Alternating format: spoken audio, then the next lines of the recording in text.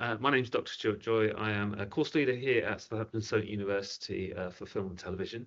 I'm also one of the co-conveners of the Contemporary Screen Studies research group that we have here at Solent, alongside my colleague Dr. Adam Vaughan and another colleague, Dr. Jamie Clarke, who unfortunately couldn't be here today. So we've run this Contemporary Screen Studies research group for a number of years now, and we've hosted a range of internal and external events. Today, we are very delighted to be joined by a colleague and also another from one of your institutions. So instead, today, what we're going to do is have something different to what we've done in the past, which is a kind of more traditional talk. We're going to do something which is more of an in-conversation piece between these two lovely individuals. And primarily, we're here to celebrate the launch of Dr. Iram Qureshi's book on the career of the British filmmaker Wendy Toye, and also Dr. Kamran Qureshi's fiction feature filmmaking, research and practice in screenwriting, production, distribution, and exhibition and beyond, as you can see there on the screen. So Dr. Iram Qureshi is an award-winning film and television producer and a director and a senior lecturer in film and television production at Ravensbourne University, London. Her research interests include women in cinema, post-war British cinema, film and television production, gender studies, film directors and media practice. She's produced and directed numerous television drama series, branded talk shows and documentaries. And her work on intersex representation includes producing the telemovie Muriel, serving as an associate director on the 32-part series Morat, and producing Only Love Matters, first intersex-themed feature film set in the UK.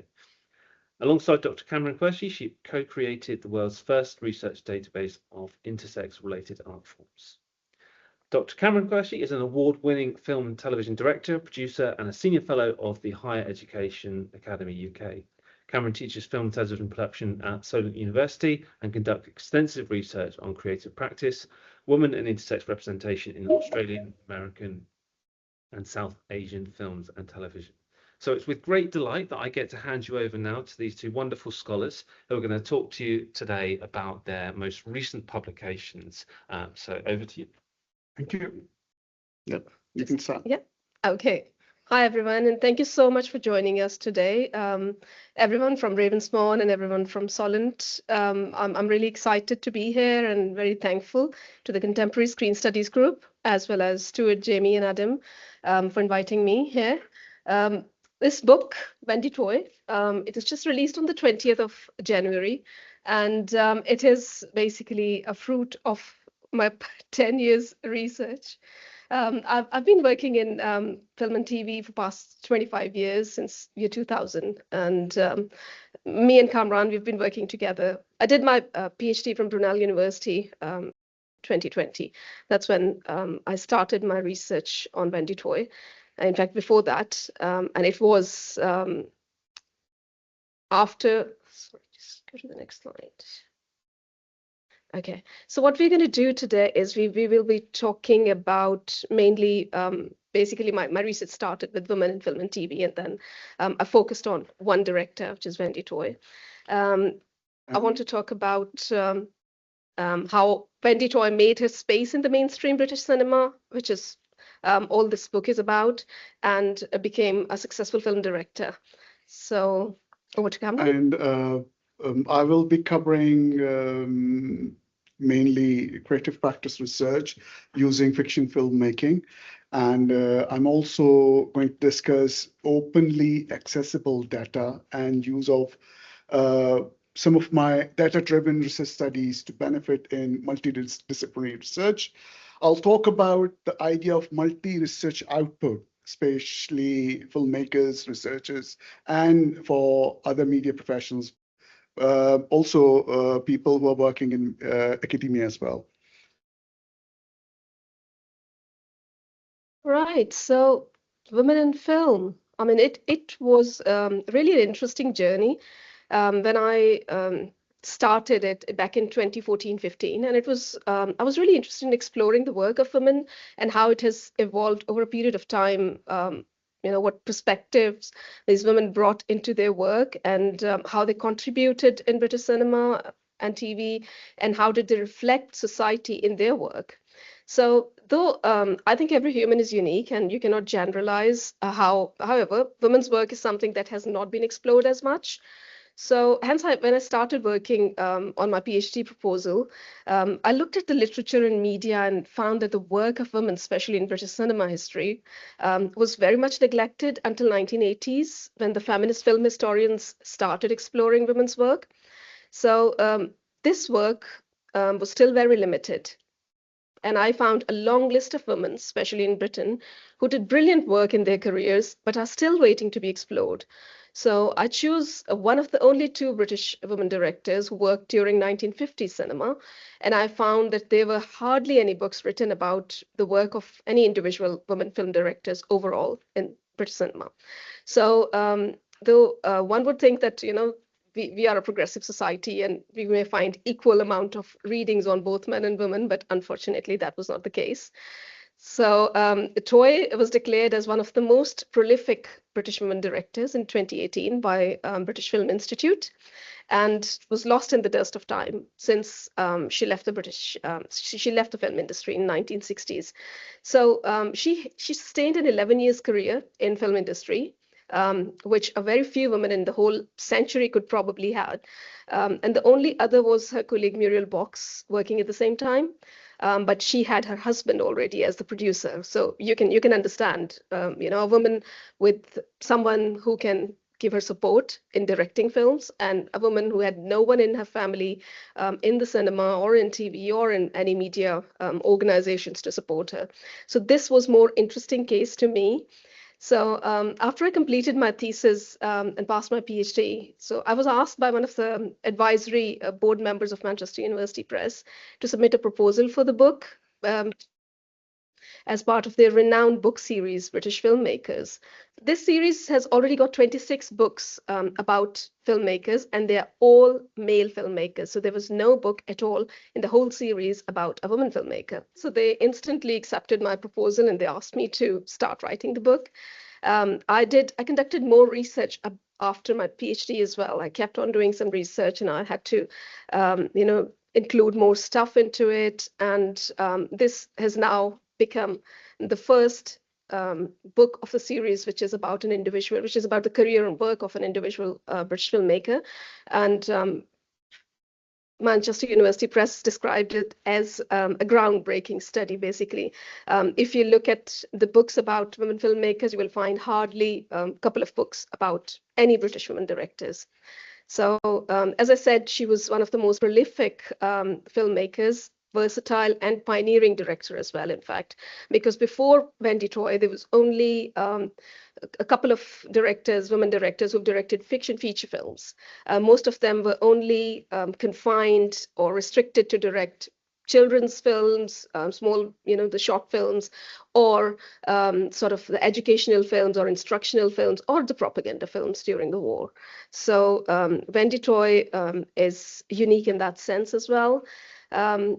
Her career, it spans basically a fascinating journey through her work in cinema, television, and advertising.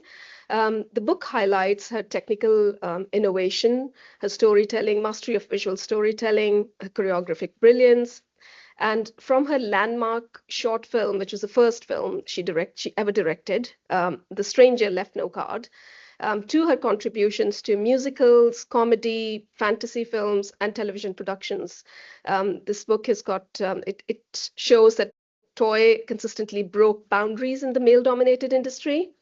And I examine her ability to combine artistry with precision, her influence on the post-war cultural landscape, and her lasting legacy as a multi-dimensional creative force. So I start with my book, Wendy Toye's words, in fact, with what she said during an interview with Wheeler Winston Dixon in 1992. Okay, in the golden age of cinema, the role of director was seen as belonging to men only, unfortunately. So the directors wielded authority, vision, and technical prowess, all the qualities the industry implicitly coded as masculine. So what she said, what did irritate me was whether I had an interview or anybody else to see me after I became a film director. The only one question was, what is it like doing a man's job? So, I mean, one would think, what do you mean by man's job? Why can't a woman do it? Now women do everything, we see them, doing flying planes and buses and, all the intellectual work and all the academic work and everything, each and everything women do. So this basically started with an incident, you can say, when the first British woman director, who was the feature film director, in fact, called Nerina, Dinah Shurey, which you will see on the very left-hand side in the picture, the first picture on left-hand side. She was basically a producer and a director, and she directed one film, which was called The Last Post in 1929. And what happened was, during the filming, she had a journalist who came to her shoot in 1929. She visited the film set. And once she returned, this journalist wrote a very insulting article that defamed the only woman director of the decade. And Shute wrote, "It is pathetically obvious that women can't direct films." And she supported, with all the unfavorable comments she could, pass on Shurey's set and what was the environment there in her view. So Shurey then filed a libel case and finally won it. She won £500 at that time in 1930 against Film Weekly. And however, this damaged the whole career, her whole career, in fact. And she went bankrupt and she had to wind up everything in 1932 and she left British cinema. So British cinema basically lost the only woman director they had in decades. So this led to, again, a very devastating point it was. Then in the next 20 years, 18 years, there were no women directors who ever dared or who were ever let into feature filmmaking in British cinema, unfortunately. So Jill Craigie was the only, women were allowed to take up different roles, like sort of editing. They were secretaries, they were even writers as well, script writers they were, but they were not allowed to direct film.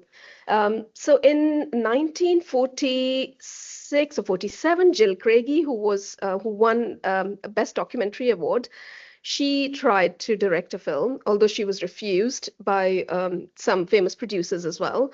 But she went ahead with on her own, and she tried to gain some funding, and she directed a film.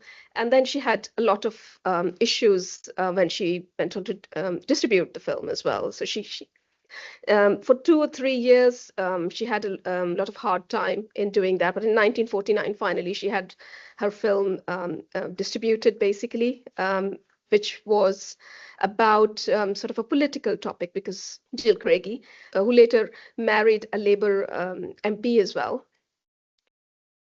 And there was a book written about her too by an American author. So after Jill Craigie, she eventually left directing after that, after directing that film, after having all those difficulties. So that was the time when Toye was already doing the choreography, and she was in sort of stage production and the thing. Then how in that period, I start from my research from here, or I start my writing from that point, that when Jill Craigie left as well, how British cinema did not have any other woman filmmaker. And that was when these two women broke in, which is one was Muriel and one was Wendy Toye, and they both started directing in early 50s. Jill Craigie's film was Blue Scar, maybe some of you know already.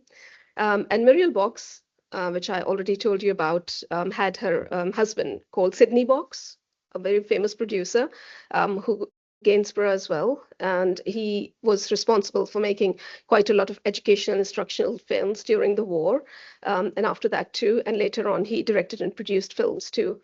And another woman director, Kay Mander, tried to have some hands-on practice on directing films, but unfortunately she was mocked by men on set. So keeping the circumstances that were there in that period, if you think of how Toye had broken into is quite miraculous for me, I mean, when I think. So, however, Wendy Toye, the positive thing is, or maybe the advantageous thing for her was that she was not the person who just came into directing or just came into films. She was very well respected because of her multidimensional career in ballet, choreography, stage producing. And she was not only a performer, a director, a TV producer, stage producer, event producer. She was also a documentarian, and she directed corporate videos and many commercials. So such a vast amount of work that she has done in her almost 8 to 9 decades work. I mean, it is worth of maybe 10, 20 books, maybe. So what I have done is I've basically restricted it to only 30 years of time when she directed all her films from 1952 onwards up to 1982. So she worked for 11 years in the cinema. So I worked on those 11 years, which is 1952 to 1963, and then went ahead to have some of her TV work, which was with BBC, with ITV, Anglia TV, so all those things. And then some of our commercials and sort of other work, documentaries, and the corporate work that I have included in my book. So it's a span of 30 years. And I end at the point, I start with the first book, which is A Stranger Left No Card, and I end with the same remake of her first film, which was run on Anglia TV in 1982, where she was very disheartened to redirect the same film, which won Cannes Awards, at first place, and she didn't want to do it again because she thought that the spontaneity that she had in directing her first film may not be the same direction, it may not give the same results while she would direct it again for TV, but she had to. So I start with her film, and I start with her last television film, the same, Stranger Left No Card and Stranger in Town.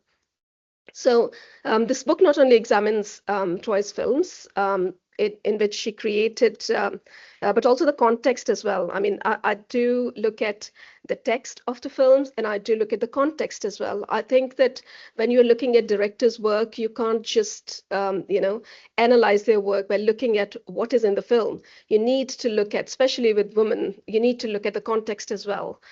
What was happening, who was producing, what were the circumstances around them, which actually gives you the actual picture of how they were able to do that work. Right. And so Toye actually started at the age of 3. She first danced solo for an audience at Albert Hall at the age of 3.5. And at the age of 9, she first choreographed the show. So, I mean, she had that sort of ability since a very young age, that she started controlling, and she started, working for very big audiences at very young age. So at the age of 14, she was actually dancing and helping choreograph for films such as Anthony Asquith's Dance Pretty Lady. And she choreographed one of the greatest British films of 20th century, The Thief of Baghdad, and films like Anna Karenina. So there was many films that sometimes she was credited, sometimes she wasn't credited for them, but she did work in all of them, which is all documented in one of her interviews. In this book, I explore Wendy Toye's career not as an exception to the rule, but as a challenge to it. I question the core idea of what it truly takes to direct a film. And is it the strength to stand by a vision, to work collaboratively, to pull a story from page to screen? If so, aren't these simply human qualities? So Wendy Toye showed the world that filmmaking is not defined by gender, but the audacity to tell the story, something she did with grace, intelligence, and undeniable skills. And so did many other female directors, such as Muriel. So I study her use of choreography and movement in the films, which I have termed, or I've given it a name as balletic choreography in my book. How she choreographed not only the character movements, but also the props and the objects on music, which now perhaps we are more aware of, but at that time it wasn't a very common phenomenon. So her first film was a mystery thriller, which was called A Stranger Left No Card, which went to Cannes and won the Best Film Award.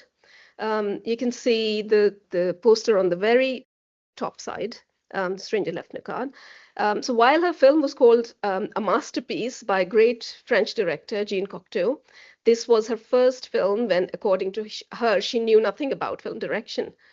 So imagine watching a film where dialogues barely matters, and yet every emotion, conflict, and tension is carried by the way characters move through the space.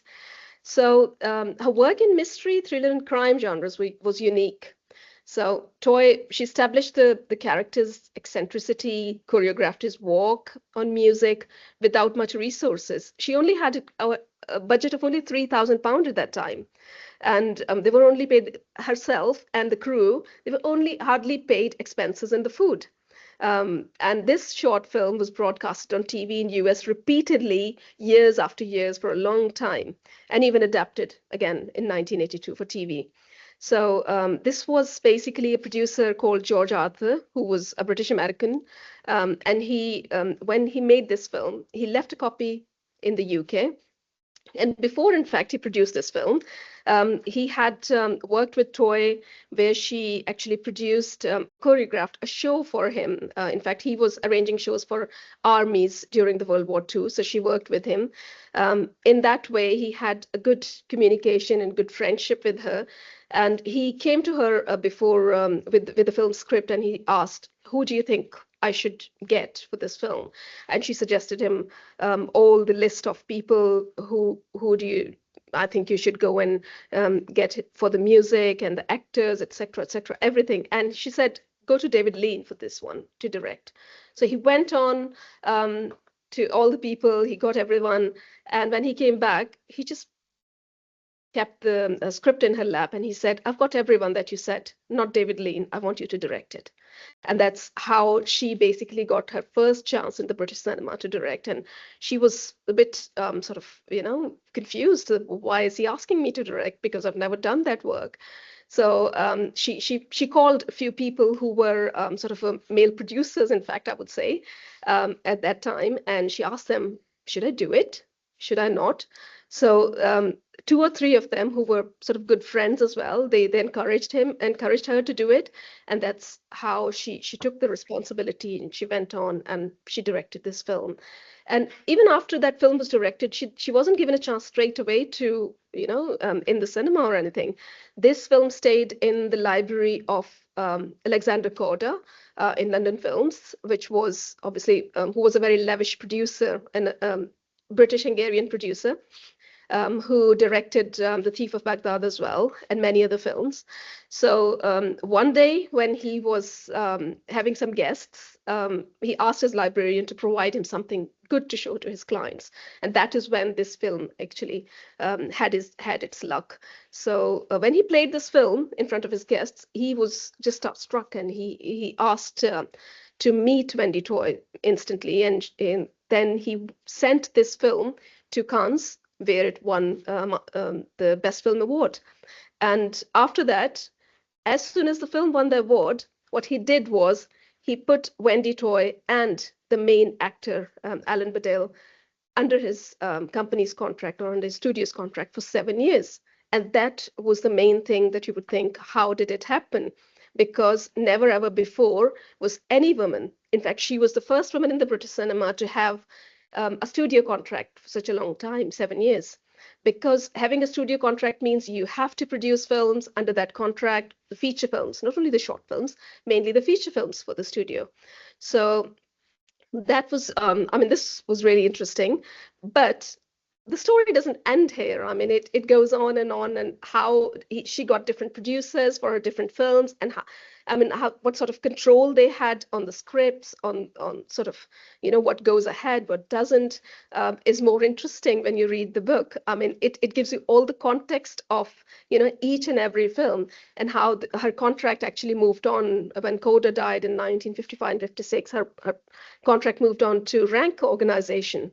Again, another big producer, but not as sort of empathetic towards women as Korda was, perhaps.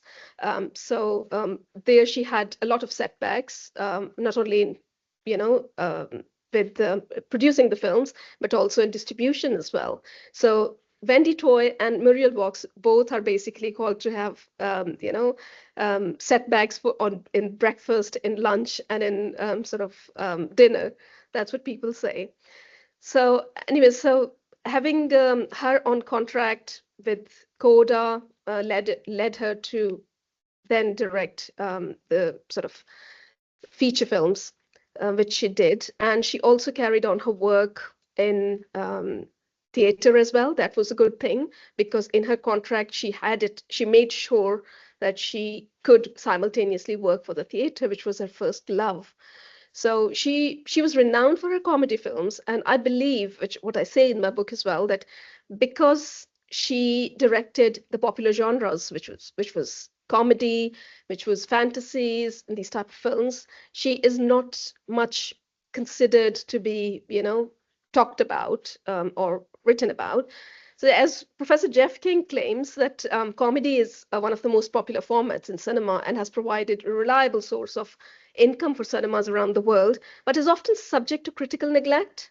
And we can see the same case with Toye's films. So although they highlighted some of the anxieties of the time, it was rationing going on at the time, post-war in 1952-53, still on. Then there was housing, shortages and many other problems, some conventional issues as well, so which she brings in her films. Although they highlighted some of these anxieties, and they were able to inject pure entertainment into the life of war-ridden society, and they have hardly any traces in academic writings.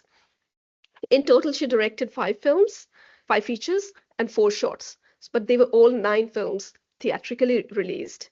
So in my exploration, I found that in each of her films, she pushed boundaries, though she still remained within conventions at the end, because she didn't want to offend people or offend the stakeholders or the industry, those who run the industry, basically, all men, unfortunately. So watching Toye's fantasies and musical films, the visual style and language, you would remember Charlie Chaplin and Buster Keaton's style, where visual language is what matters with no audio. So not only for conveying the meanings, but also to create comedy through that visual language. And Toye creates this visual language using her balletic choreography. That was the main feature of her films, especially in her 2 shorts, which is On the 12th Day and The King's Breakfast. She had unique ideas of fantasy films, but unfortunately, British cinema was not in a position to deal with her ideas. So she would have perfectly fit in today's media landscape, I believe, because her style was quite similar to what we see in cinema today. So the famous British studio, London Films and British Line, owned, as I said, owned by Alexander Korda, it produced in the history of British cinema, you can say, was the main venue where she tried hands-on, and she tried making these films. I'll show you a little bit of her work. If you have a look, this is an example of how detailed her pre-production work was. And in archives, you can find many more examples like this, which shows her attention to detail, measured and carefully planned work. She worked with well-known actors like Kenneth Moore, John Justin, Margaret Leighton, Kathleen Harrison, Alan Badel, all of them.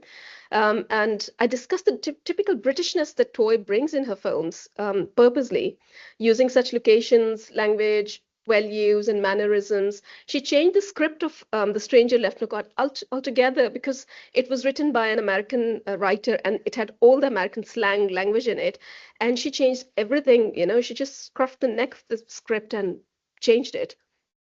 So how the character walks, talks, how he acts, it was all changed in the script. I could see, a clear difference from what it was originally and what it became when in her own handwriting, there are all the notes there. So I discussed the context which affects the final product, especially in a time period when the power dynamics were different. So there was a strong hold of studios on the distribution copies as well, what goes out, especially producers employed by the studios like Paul Soskin, if you've ever heard of him. In Toye's view, she says he was very Russian, and he he held his cigarettes in wrong fingers. I don't know why she said that, but she wasn't very happy with him holding his cigarettes in wrong fingers. And she says there he was deciding on what is funny and what is not. So what stays and what is cut from the film, and even exercising a regime on set. So think of such type of authoritarian producers on set. Okay, so I also discussed the context which affects the final product. Again, Toye was accused of mocking masculinity, basically, and spreading feminist messages through her films, especially her film called All for Mary. This was a film which she directed for Rank Organization, and which had a headstrong nanny who looks after two grown boys in Swiss Alps and when they catch chickenpox.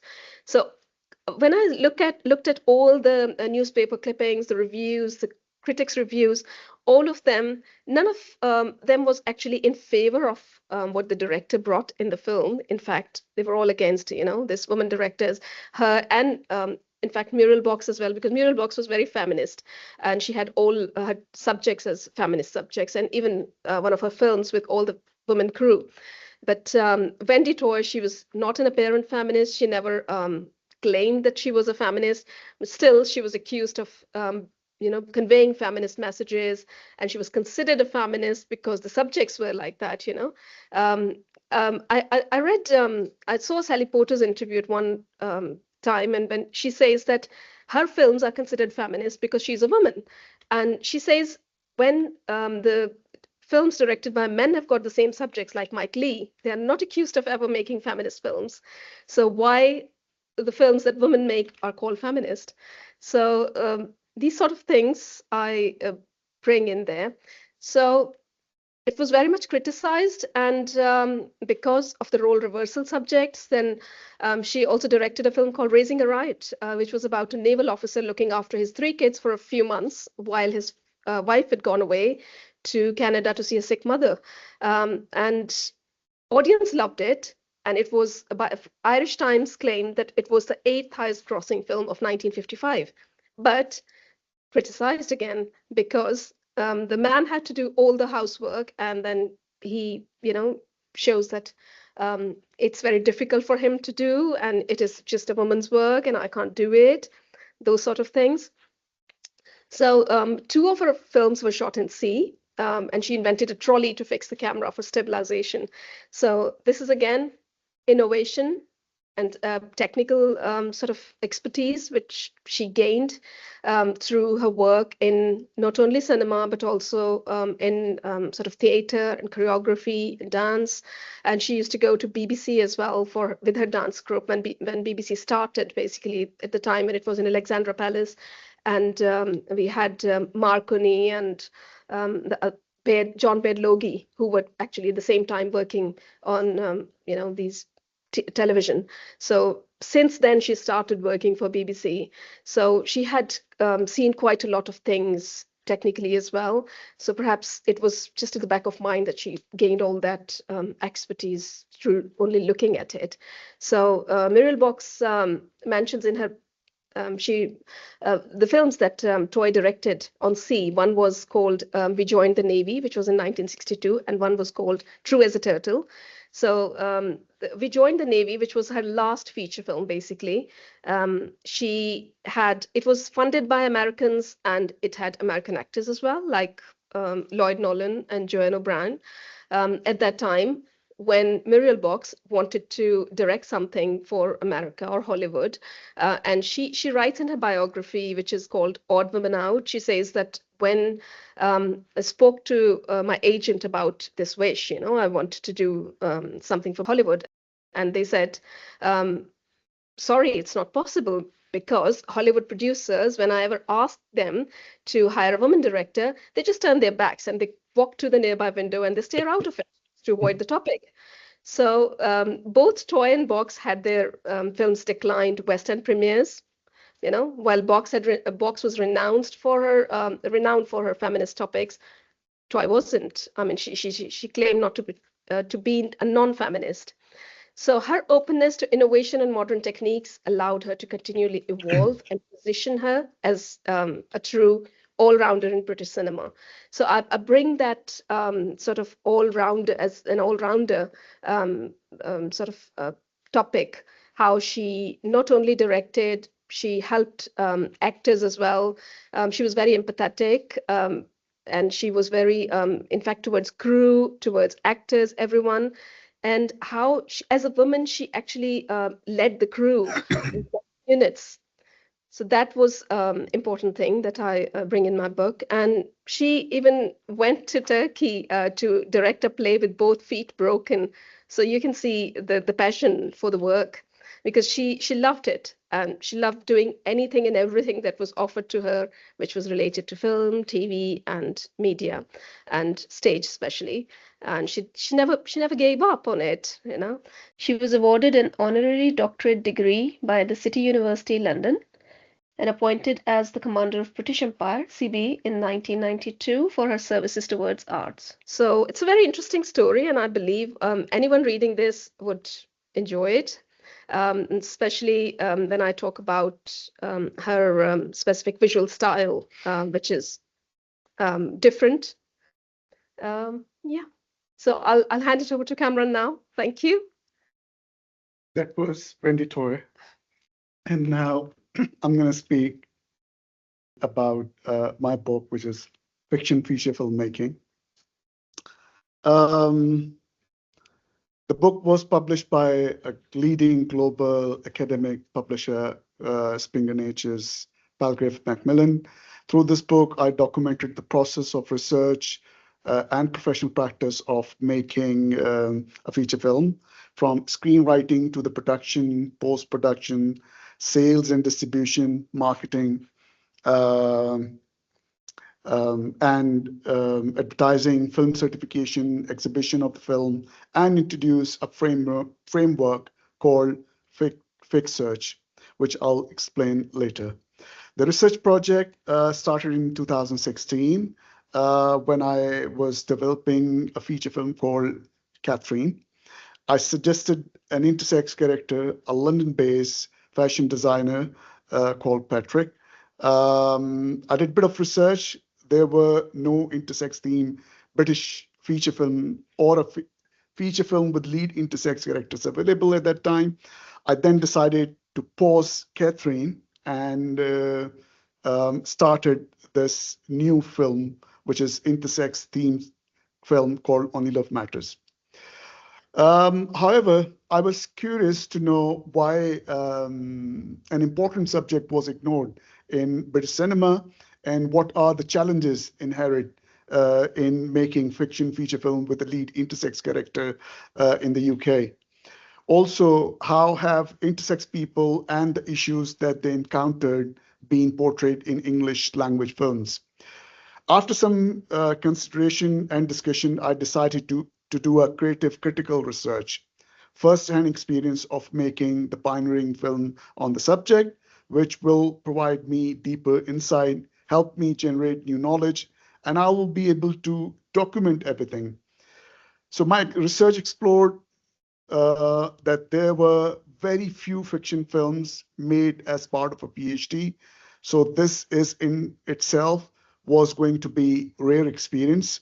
Looking at my professional experience, successful track record of directing many TV series, fronted shows, broadcast work on intersex, and previous trainings from UK's best film schools like National Film and Television School, London Film School, London Film Academy.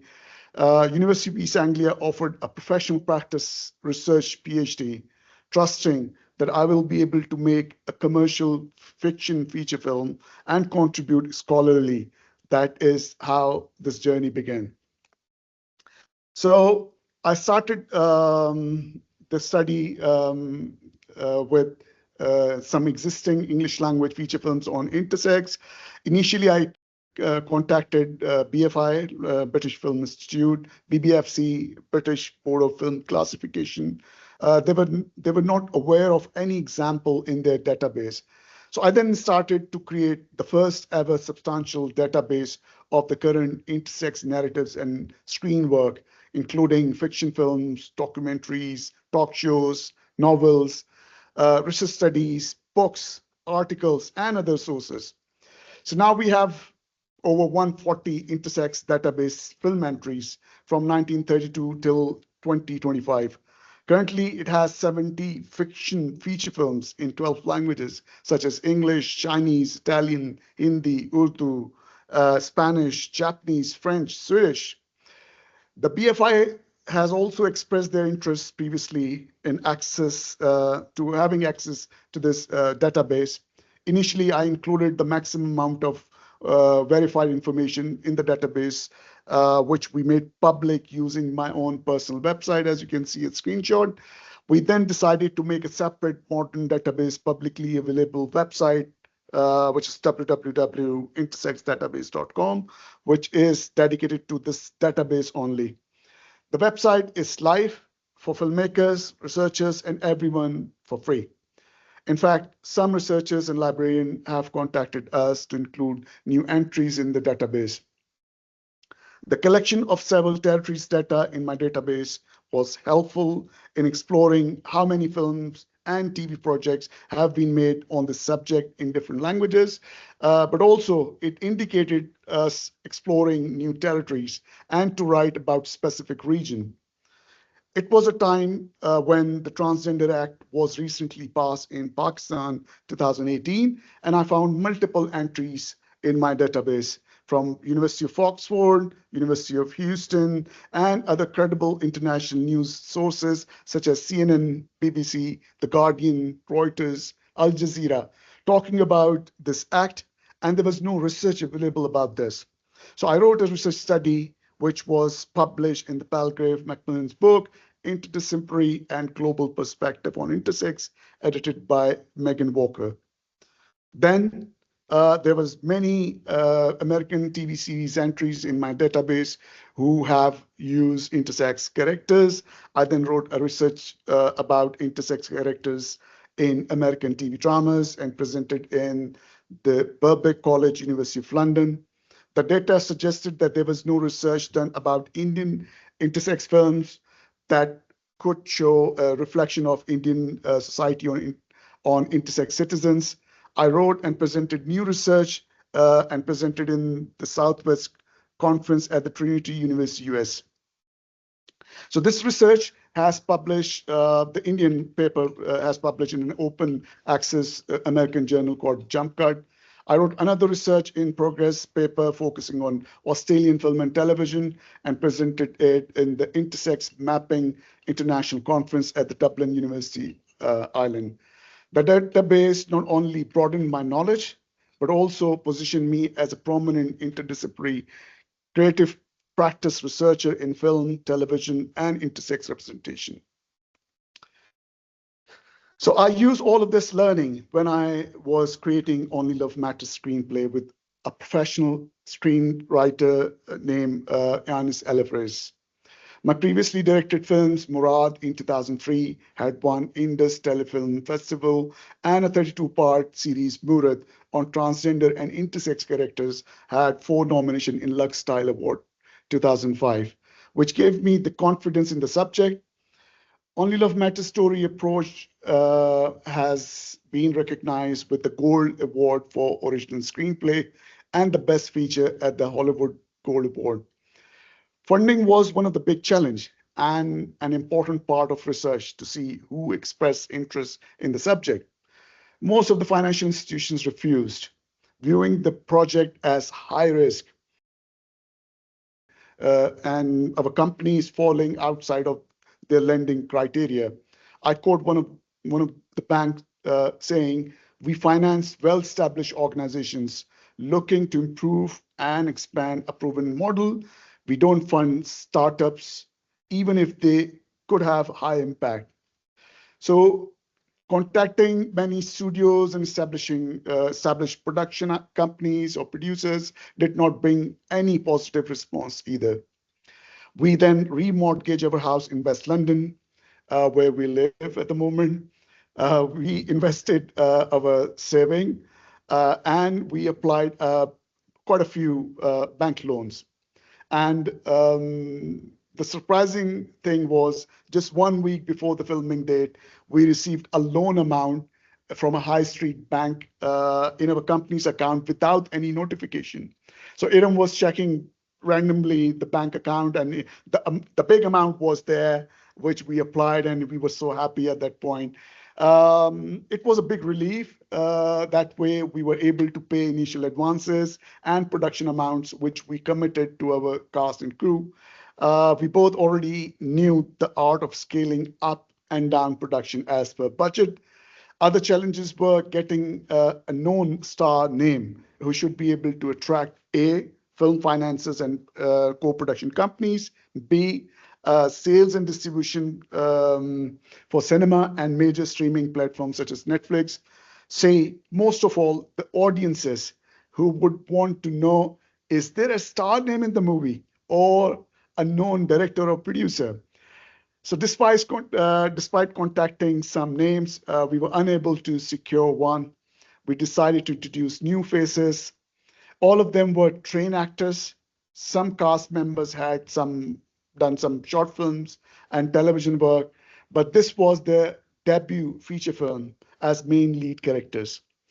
And for our UK DOP and some other crew members as well doing their first feature film. Some cast and crew members had previous feature film experiences, such as actor-producer Patrick Clarke, actress Angela Peters, another actor Adnan Jilani, associate producer Nitin and Nana both had multiple feature credits. So it was really useful to have a mix. We both, Iram and I, together had almost 2 decades of experience of producing and directing television shows. That experience really helped us to believe in each other and also in our team. The film Only Love Matters discussed the issues of intersex people in Western societies involving a British and an Indian immigrant character. Both have different sex variations. And they were ordinary characters, contrary to previous portrayal in the previous feature films as criminals, paranormal, or superhumans.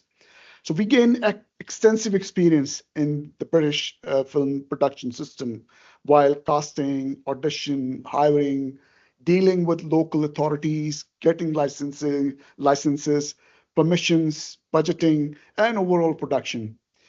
Filming and the first phase of the post-production was completed and submitted to University of East Anglia in 2021. Only Love Matters became the first feature film of cinema history with lead intersex characters set in Britain. It was advised to complete doctoral research at this stage and not to include sales, distribution, marketing, and exhibition. So the main reason was that doctoral research has a time period, and sales, distribution, and exhibition sometimes take years. So I concluded the first stage of my research and I earned my PhD degree. However, I did not stop research here. So the project strategy leads naturally to the next stage of this research, which was Iram, the producer, to contact sales agent and producers. I shared insight gained from advancing the project through the sales and distribution process and the feedback from these industry professionals, which is really important. Submitting the film to festivals is highlighting how festivals serve as platform for visibility, dialogue, and recognition, while also exposing the structural limitations faced by films without star power or a studio backing. Only Love Matters even then have successfully passed through regional and cultural boundaries, gaining recognition not only for artistic merit, but also for its contribution to social impact, LGBT plus visibility, and the advancement of intersex narratives in global cinema. So the film was featured on BBC, BFI South Bank London, and many cinemas in the UK, and is streaming currently now globally on Apple TV, Amazon Prime, and Warner Brother and NBC's online platform called Fandango at Home.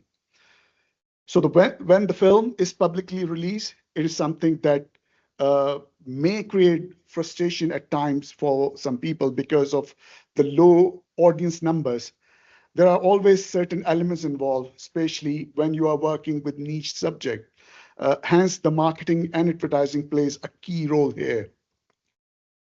So making a film is much more easier, I believe now, than letting the public know about the title and luring them to the cinema houses or pushing them to watch the film on VOD at home, where they have lots of choices available. Only a strong marketing and advertising campaign can lead some results, and and you need a separate budget, for marketing and advertising. With a very limited budget was a bit of challenge for us. One of my masters was MBA in marketing, which definitely helped. The main aim was for us to reach different audiences so that it paid off in the form of critical acclaim that the film deserved or received. The film was featured on BBC multiple times, BBC TV reports with producer and directors interviews, BBC News articles, and BBC Radio Sound also featured. Many other local and international TV transmissions, radio channel, and podcast invitation across continents, as well as digital and printed articles about the films has been published. Not only international media outlets, but many universities also wrote news blogs, such as Brunel, Bravesbourne, East Anglia, and Southampton Solent, and other like Southampton Film Week. Although in our efforts, we did hire an American company, a PR company, to make some buzz through some newspapers in the US, such as New York Weekly, Los Angeles Times, the Telegraph, and London Daily Post US. However, we have not been able to gauge the results at the time of writing this book. So except these four names just mentioned, all marketing and advertising was free, as we both and our internal teams reach out to media outlets directly. BBC called the film a groundbreaking feature in British cinema. All the knowledge produced during this marketing process is in the book.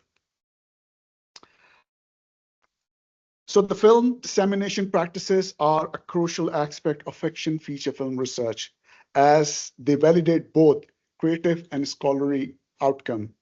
Dr. Geta Lulkowska, an interdisciplinary creative practice researcher, highlight, and I quote, "Hopefully your film will enjoy a successful audience reception, whether through cinematic distribution, streaming platform, festival circles, or simply online," while she also emphasizes on the importance of, and I quote, "academic dissemination, where your contribution to knowledge and impact is demonstrated."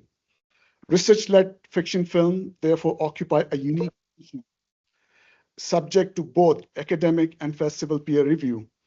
The creative practice research include the film has received significant interest from academia and has also discussed in the multiple institutions across the continent in the UK, Europe, US, Asia, and also screening held as listed here on the screen.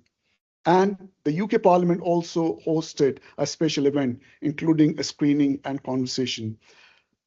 So this fiction feature filmmaking as creative research exemplifies this dual evaluation.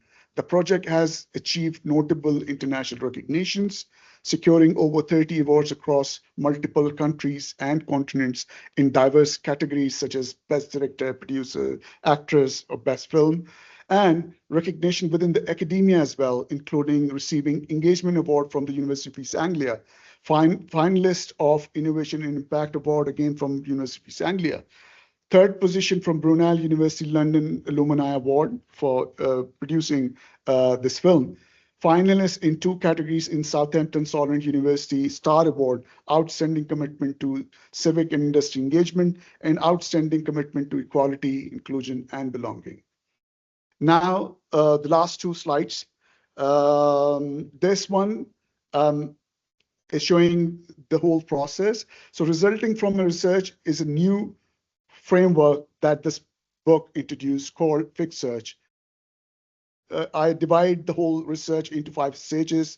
The first stage is study where obviously the writing a screenplay involved, where you get in touch with experts, and do a study about scholarly work, as I mentioned earlier. Second stage of this framework is production, including financing, casting, and collaborating with different teams, post-production, and the output.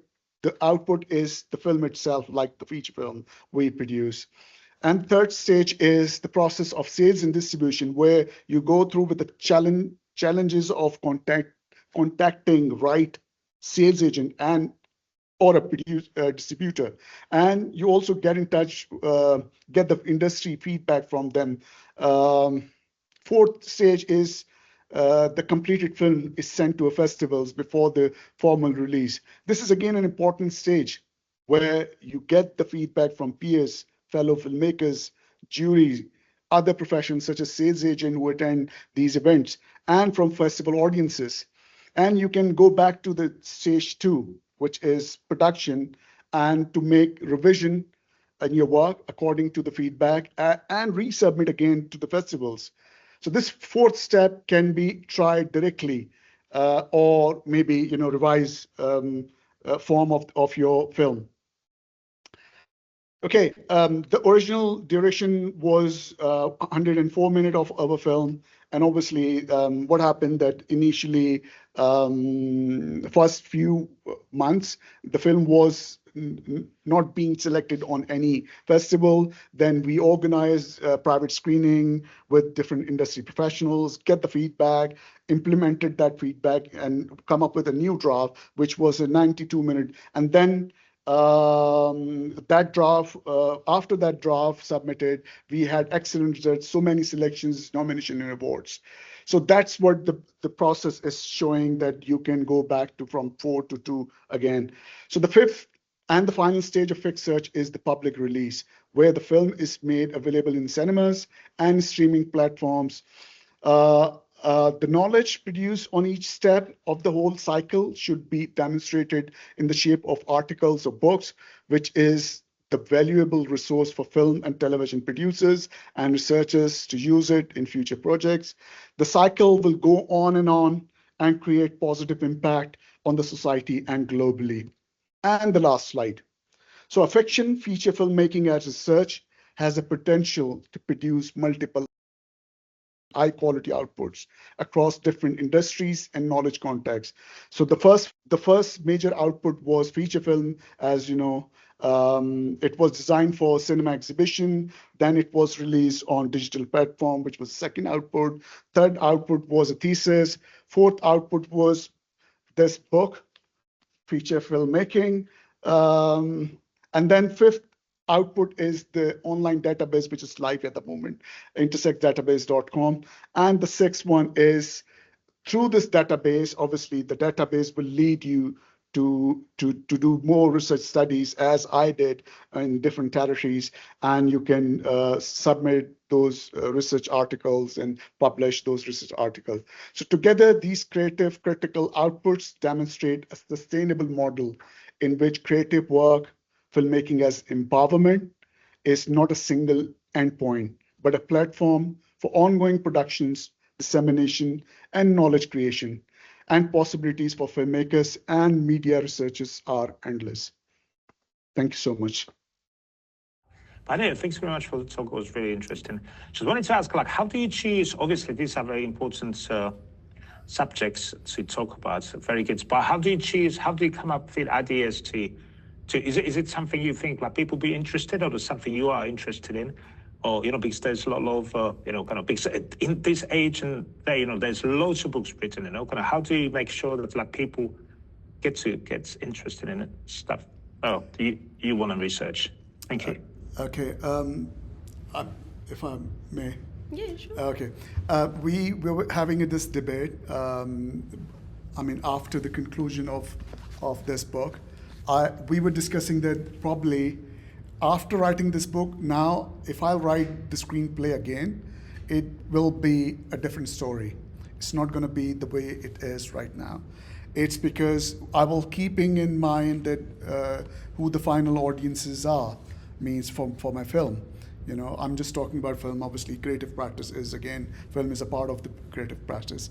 So because we acted as a distributor as well, and we were having trouble sometime in marketing and advertising, because people think that intersex is part of the LGBT plus umbrella, although some intersex people, identify themselves under that umbrella and some not, which is very normal, like men and women.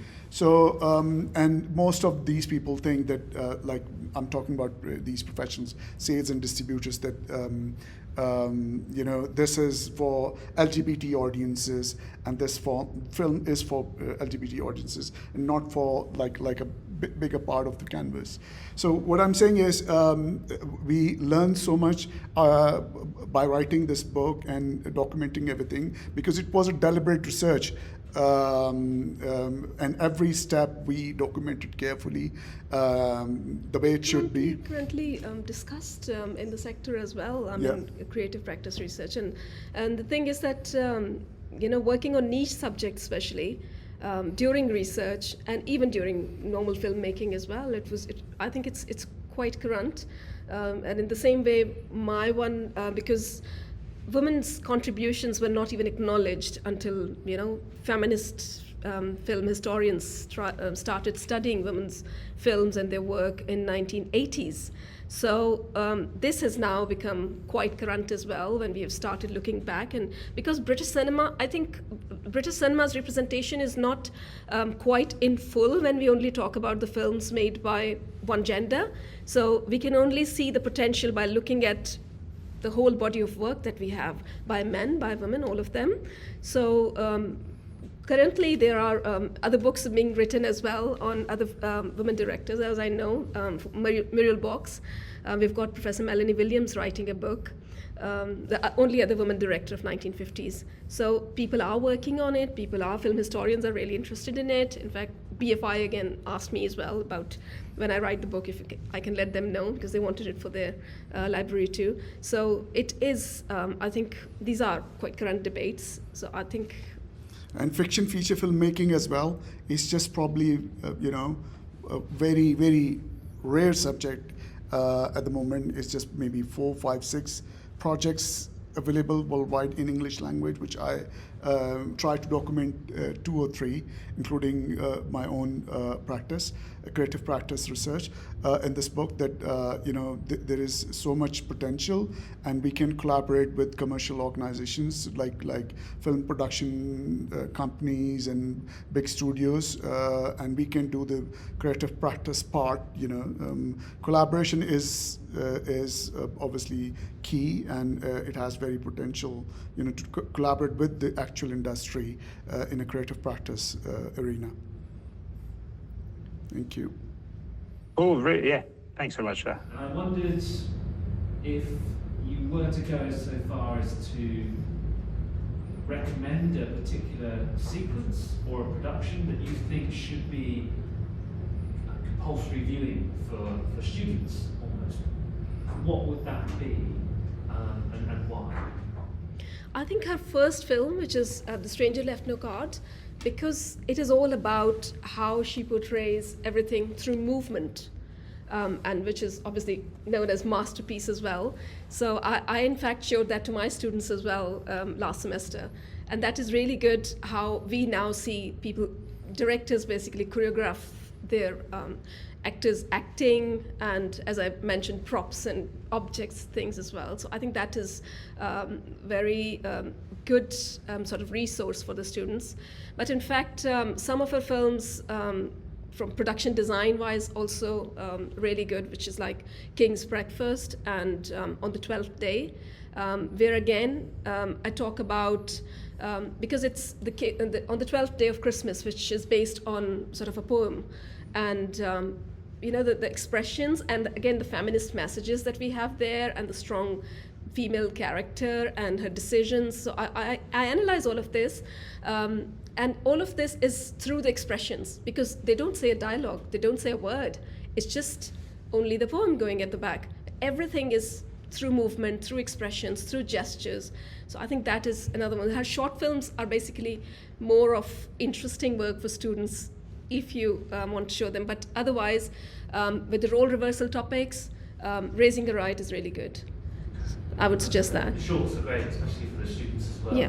for the teaching capacity that we have. Exactly. You talked about movement there, and I wondered from your research, in terms of what you've learned, do you think that Toye saw herself primarily as a director who worked through movement, or as a choreographer who kind of grabbed the camera, or does that distinction even matter? No, not as a choreographer. I think that was something that she brought with her into direction. But she was basically a producer, a very renowned producer in the 1940s, right after the right after World War II. She had a really good theatre play which went on for years, Bless the Bride. And so she was the controller of it, she was the producer.